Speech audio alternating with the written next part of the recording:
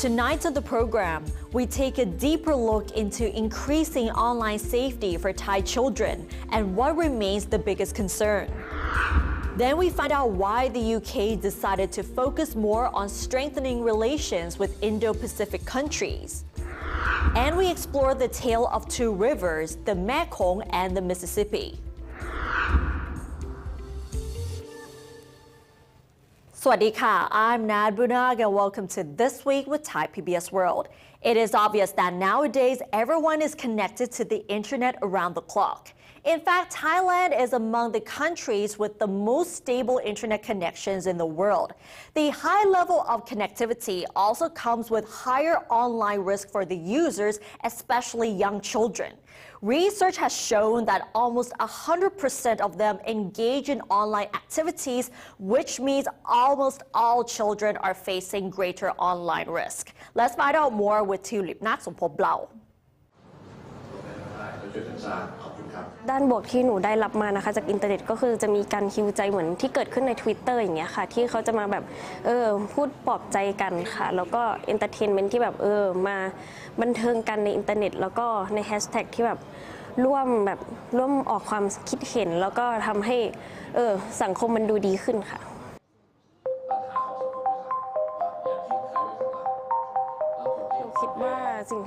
Tanpicha, a 16-year-old UNICEF volunteer, talked about the positive side of online world. She creates a painting describing what she sees as a safe zone online as part of her task in the volunteer program.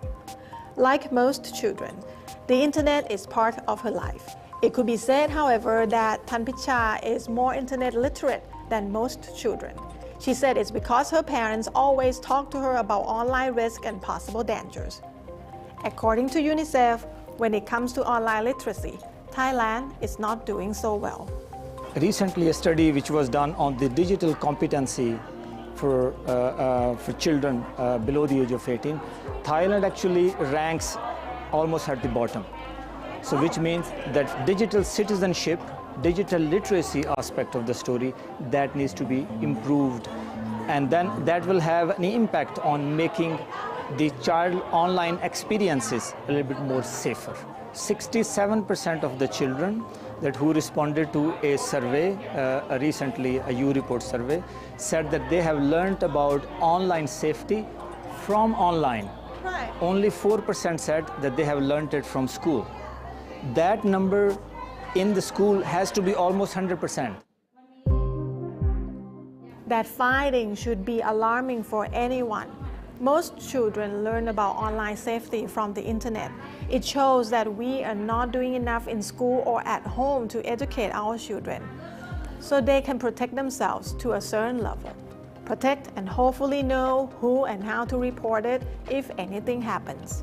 Muhammad described ICT education in Thailand as traditional, to put it mildly. It teaches children basic knowledge and rarely talks about the risk and danger they might encounter online. Minister of Social Development and Human Security, Juti Kairak, acknowledges the issues. When asked what he thinks is the most concerning online risk to children in Thailand, he immediately said cyberbullying. ท่านรัฐมนตรีมองว่าเรื่องไหนน่าเป็นห่วงสุดถ้าเป็นเรื่องอินเทอร์เน็ตเซฟโซนของไทยเกี่ยวกับเด็กๆผมมองขณะนี้ผมมองนะว่าบูลลี่เหยียดหยามด้อยค่านะครับแล้วก็ความเกลียดชังเนี่ย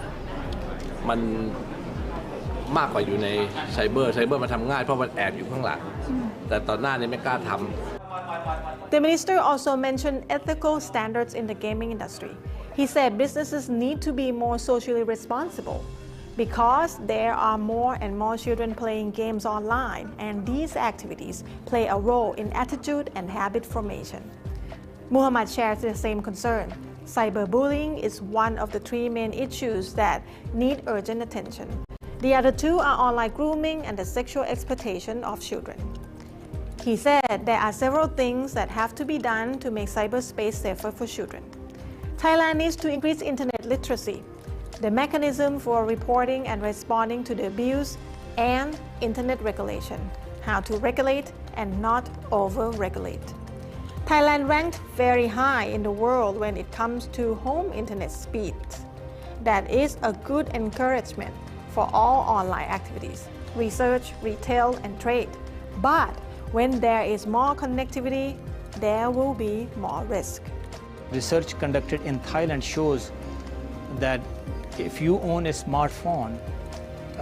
from the age group 12 to 17, you are 20% more likely to suffer from online abuse. Mohammed suggests several solutions that governments and the private sector should roll out to make the internet safer for children,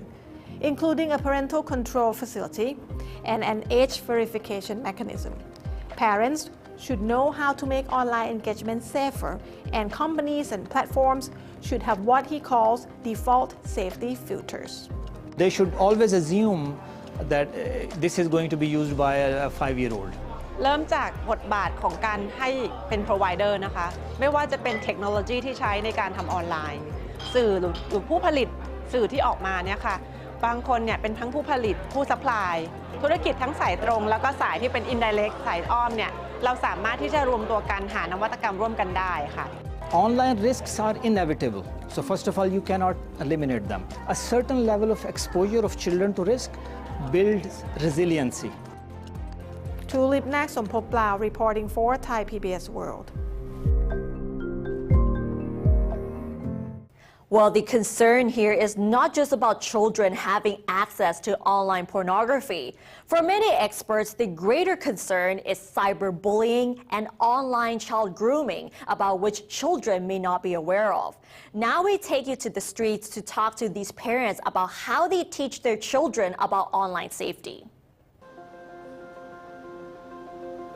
Children today are spending more and more time on the internet, which offers unlimited knowledge and learning opportunities, but it also exposes them to all kinds of danger, which can be present at any time. Thailand's fixed internet speed is among the fastest in the world. In the meantime, children in Thailand have very low internet literacy, which makes them vulnerable to internet abuse. According to the latest report by UNICEF, ECPAT, and Interpol, 9% of children aged 12 to 17 in Thailand were victims of online sexual exploitation and abuse in 2021. The abuse includes sharing sexual images of children and blackmailing or coercing children to engage in sexual activities through promises of money or gifts. Thai PBS World spoke to people about the internet literacy of Thai children. ต้องแยกเรื่องเน็ตเร็วที่สุดกับมีความรู้เรื่องออนไลน์ก่อนเนอะเพราะว่าจริงๆแล้วเน็ตจะเร็วหรือช้าเนี่ยมันไม่ได้เกี่ยวข้องกันแต่อาจจะเป็นเกี่ยวข้องว่าเรามีโอกาสเข้าถึงอินเทอร์เน็ตได้มากกว่าเด็กประเทศที่แบบว่าเน็ตอินเทอร์เน็ตเนี่ยมันให้บริการทั่วถึงน้อยหรือว่าแรงน้อยกว่าเท่าที่เห็นข่าวสารในปัจจุบันนะคะเห็นว่าคนไทยค่ะถูกหลอกในโลกออนไลน์เยอะขึ้นไม่ว่าจะเป็นแบบเรื่องเล่นการพนันเรื่องการหลอกให้ลงทุนต่างๆอะไรอย่างเงี้ยค่ะก็จะมีความรวดเร็วในการโอนเงินก็จะทำให้ถูกหลอกทั้งด้านไม่ว่าจะเป็นด้านเรื่องร่างกายและทรัพย์สินทุกอย่างเร็วบนอินเทอร์เน็ตทุกอย่างเด็กหาจากเวอร์ไวทั้งนั้นเนื่องจากเด็กสมัยนี้อยู่กับเทคโนโลยีและ IT โดยที่บางสิ่งบางอย่างเขาไม่ตระหนักถึงความสำคัญหรือความปลอดภัยของตัวเองเกี่ยวกับการใช้สื่อ Raising a child today is totally different from the past. Internet access allows them to connect to the world easily. Family play a big part in helping children to protect themselves and understand the risks they might face. จริงๆโดยส่วนตัวค่ะเวลาที่เราได้มีโอกาสได้คุยเรื่องข้อมูลข่าวสารทางอินเทอร์เน็ตกับลูกอะค่ะจะชี้ให้ดูเลยว่าข้อมูลต่างๆที่ออกทั้งไม่ว่าจะเป็นโซเชียลต่างๆค่ะจะบอกเลยว่าเราก็สามารถลงได้ใครก็สามารถลงข้อมูลอะไรก็ได้เพราะฉะนั้นการที่เขาไปอ่านไปเจอให้รู้ไว้ได้เลยว่ามันอาจจะเป็นข้อมูลที่ไม่จริงหรืออาจจะจริงก็ได้มันอาจจะมีภัยที่แฝงมากับเกมเราก็ต้องบอกเขาว่าสิ่งที่เราคุยด้วยเนี่ยคนที่เราคุยด้วยเนี่ย ตัวจริงเนี่ยอาจจะไม่ได้เป็นแบบนั้นเลยว่าอาจจะเป็นผู้หญิงแต่ตัวจริงเป็นผู้ชายอาจจะเป็นผู้ชายแต่ตัวจริงเป็นผู้หญิงหรือแบบไม่ใช่อย่างที่เราคิดไว้อย่าเพิ่งไปเชื่อใจอะไรในอินเทอร์เน็ตถ้าลูกเล่นเนี่ยพี่ก็นอนอยู่ข้างๆเล่นอยู่ด้วยตลอดเขาลูกพี่ก็คือกลางคืนเขาจะนอนดูการ์ตูนหรือว่านั่งเล่นอินเทอร์เน็ตหรือแชท MSN หรือแชทคุยกับใครพี่ก็จะเห็นเลยค่ะแต่พี่ก็จะไม่บอกด้วยความที่เขาเป็นเด็กวัยรุ่นเราจะไม่มีการที่จะไปสื่อไปแบบไปจี้เขาเราไม่สามารถไปทำมันได้ก็จะบอกเขาว่าอันนี้ไม่โอเคนะอะไรอย่างเงี้ยค่ะแม่ไม่โอเคหนูมีความคิดว่ายังไงอะไรอย่างเงี้ยเราก็ฟังเขาอะไรเงี้ย Good parenting is one thing, but society also has to take action to increase internet literacy for Thai children. คิดว่าน่าจะต้องสอนในโรงเรียนให้ละเอียดให้หนักแน่นเลยอะค่ะคือคิดว่าโรงเรียนจะเป็นแหล่งที่สามารถที่จะเข้าถึงเด็กได้อาจบางทีเนี่ยคุยได้ง่ายกว่าผู้ปกครองด้วยซ้ำเพราะเด็กวัยรุ่นจะค่อนข้างฟังผู้ปกครองอาจจะบางทีเขาไม่อยากฟังจากผู้ปกครองโดยตรงที่เป็นคำสอนโดยตรงอะค่ะจริงๆในช่องต่างๆที่มันมีการโฆษณาเข้ามาใน YouTube อย่างเงี้ยค่ะหรือว่าใน Facebook หรือในสื่ออินเทอร์เน็ตที่เขาใช้อยู่เนี่ยจริงๆแล้วก็ควรจะมีตรงส่วนเนี้ยยิงเข้ามาบ้างก็ได้เป็นโฆษณาเรื่องว่าระวังนะเล่นเพลินๆอยู่หรือเปล่าอย่าระวังโดนหลอกทางอินเทอร์เน็ตอะไรเงี้ยหรือว่าแบบระวังนะคุณกำลังแชทกับใครที่ไม่น่าเชื่อใจอยู่หรือเปล่าอะไรแบบนี้อาจจะมีการเหมือนเป็นป๊อปอัพกระเด็นขึ้นมาเด้งขึ้นมาจากในพวกเว็บที่เขาเล่นอยู่บ้างก็ได้เงี้ยค่ะน่าจะดี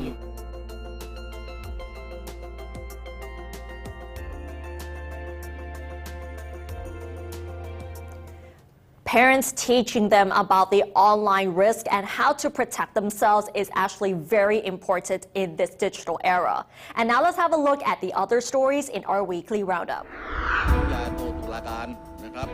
Opposition MPs launched a House debate against Prime Minister Prayut Chan-o-cha with a list of failures and mismanagements by the government. The debate is widely seen as a prelude to this year's general election.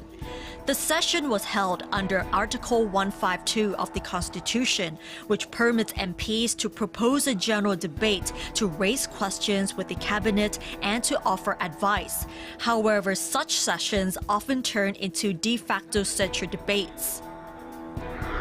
The key suspect in the online gambling operation, Chaywat Kajon Buntawan, was escorted by cyber police to the criminal court to seek approval for his further detention.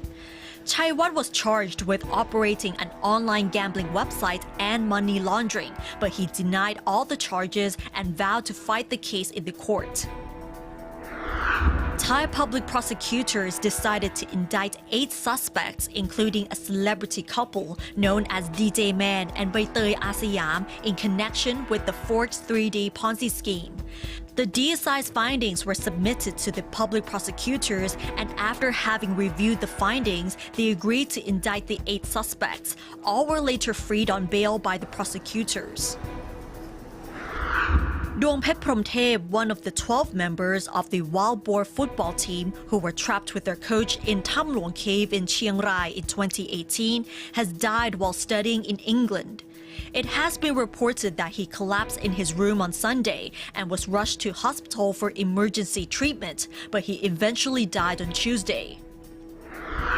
The Thai cabinet has approved the collection of a landing tax ranging from 150 to 300 baht to be charged to all foreign tourists visiting Thailand, tentatively from June 1st, as proposed by the National Tourism Policy Committee. The tax would not be applied to those who hold diplomatic passports, work permits, or special work permits for specific professions as stipulated by the Labour Ministry, children under 2 years old, and transit passengers.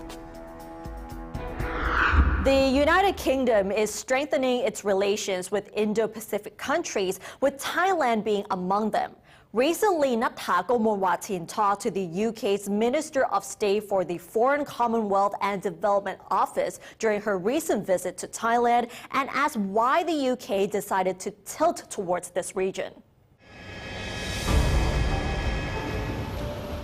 President Volodymyr Zelensky of Ukraine made a surprise visit to the United Kingdom last week. Prime Minister Rishi Sunak gave Zelensky a warm welcome in London before he went on to France and Belgium to meet with other EU leaders. The UK is among the top countries in providing support to Ukraine, second only to the US.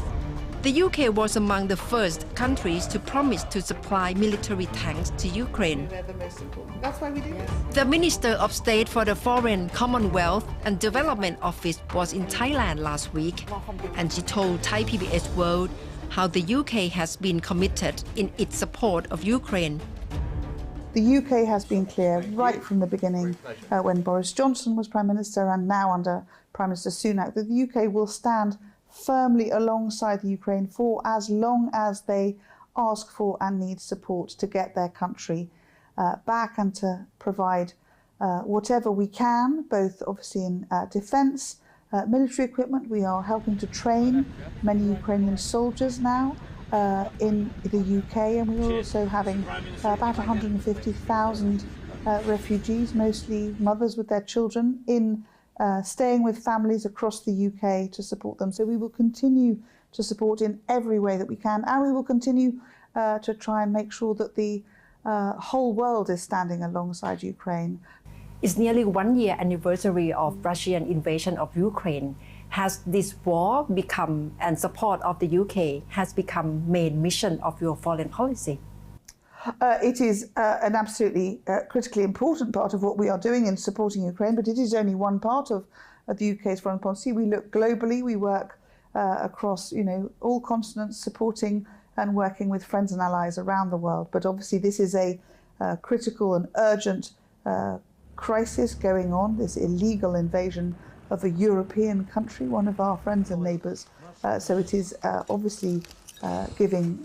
the UK government a lot of time and effort to focus on how we can support them. But we are working across the world, obviously with our NATO allies focused on Ukraine, but elsewhere. Our Indo-Pacific work continues to grow as the UK wants to build and strengthen our relationships here in this part of the world because that's so important to the peace and stability and the future prosperity of this region and therefore the whole world's economics. On the global stage, the UK is a member of NATO, the G7 and the G20. But with security and economic challenges internationally, the UK is aiming to strengthen relations with this region and adapt its foreign policy in a so-called Indo-Pacific tilt. What's the role of UK in Thailand as far as you can see, and how do you like to position Thailand in Indo-Pacific strategy of the UK? We have a thriving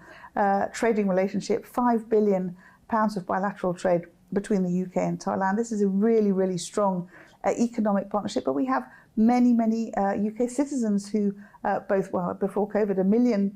tourists a year coming to Thailand, many who have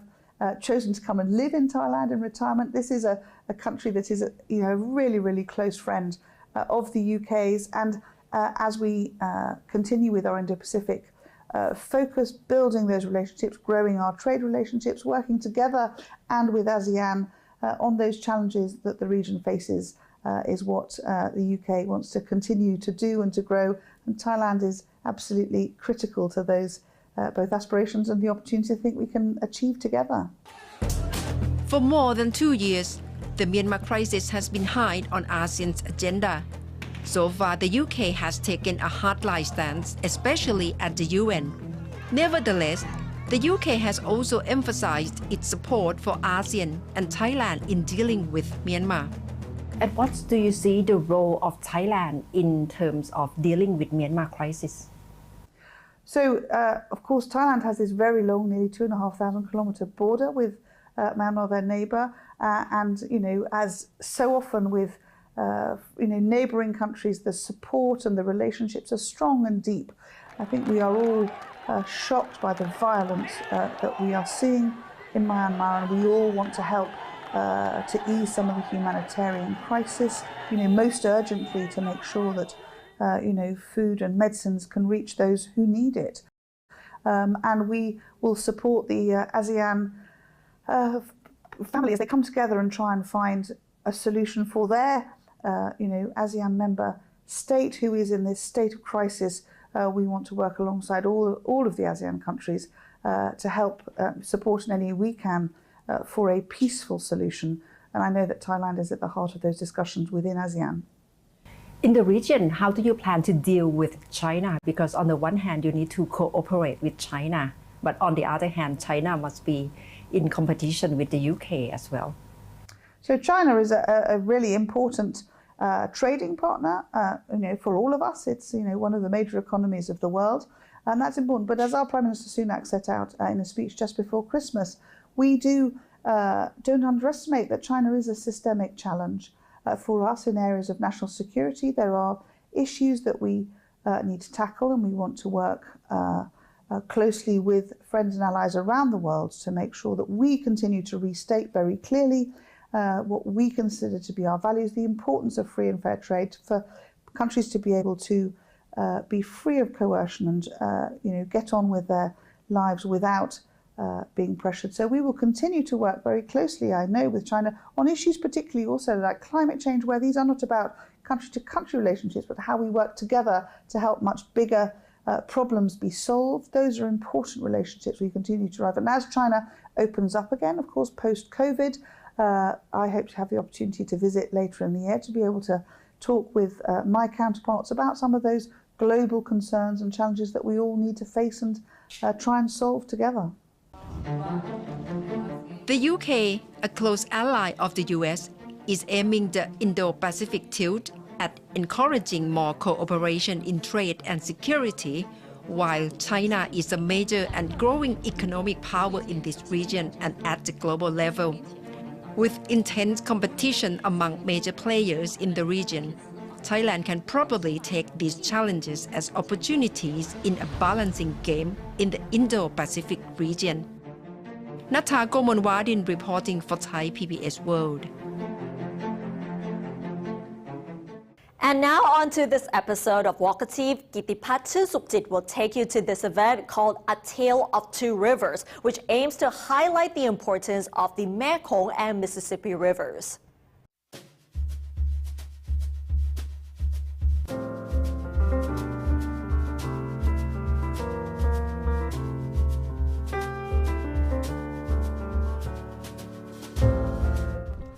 The Mekong River, the world's 12th longest river, is a vital water route in Southeast Asia. The Mekong runs through China, Myanmar, Laos, Thailand, Cambodia, and Vietnam.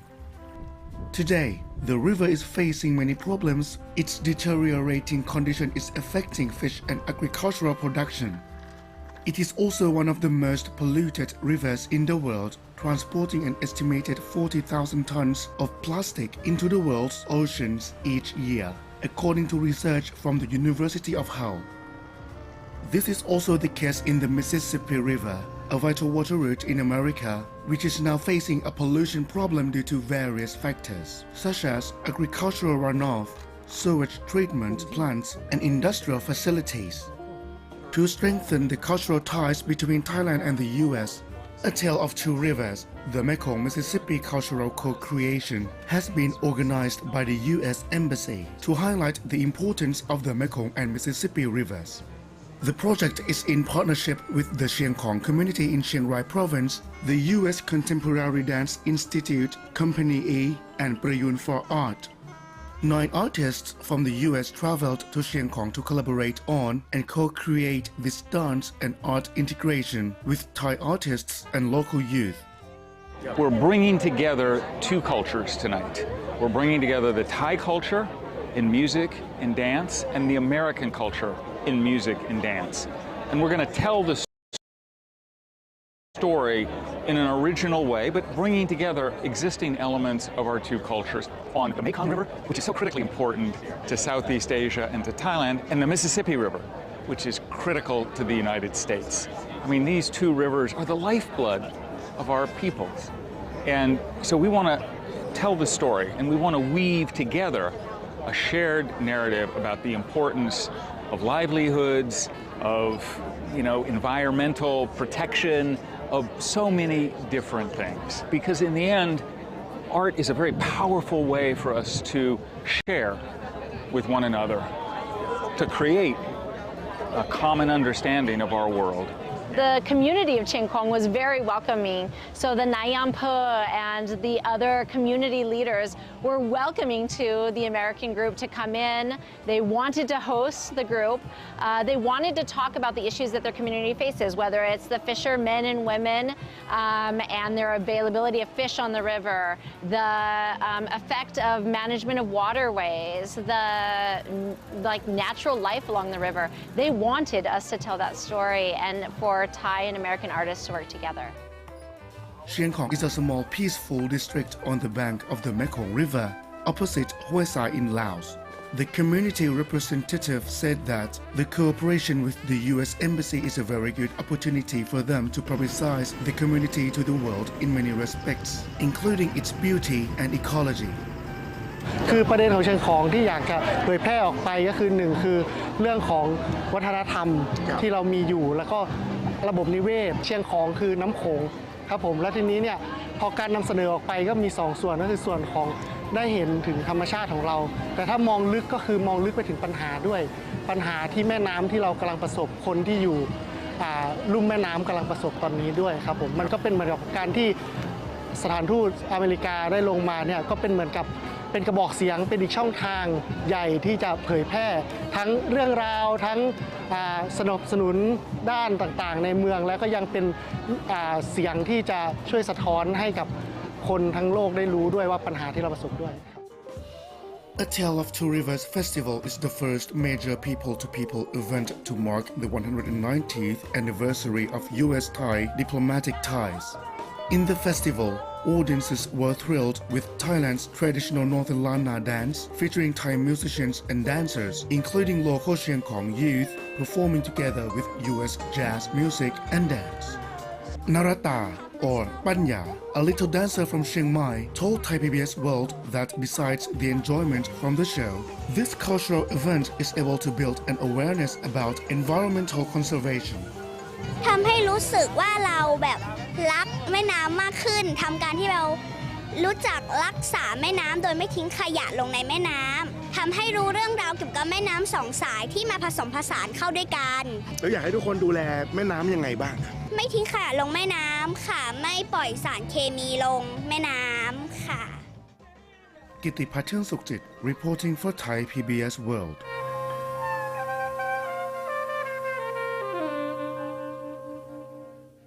And that wraps up tonight's edition of This Week with Thai PBS World. Join us every Friday at 10:45 p.m. only on Thai PBS. And don't forget to follow us on social media and our website, thaipbsworld.com, for all the latest updates about Thailand as well as analyses. Thanks for watching, and we'll see you next week. สวัสดีค่ะ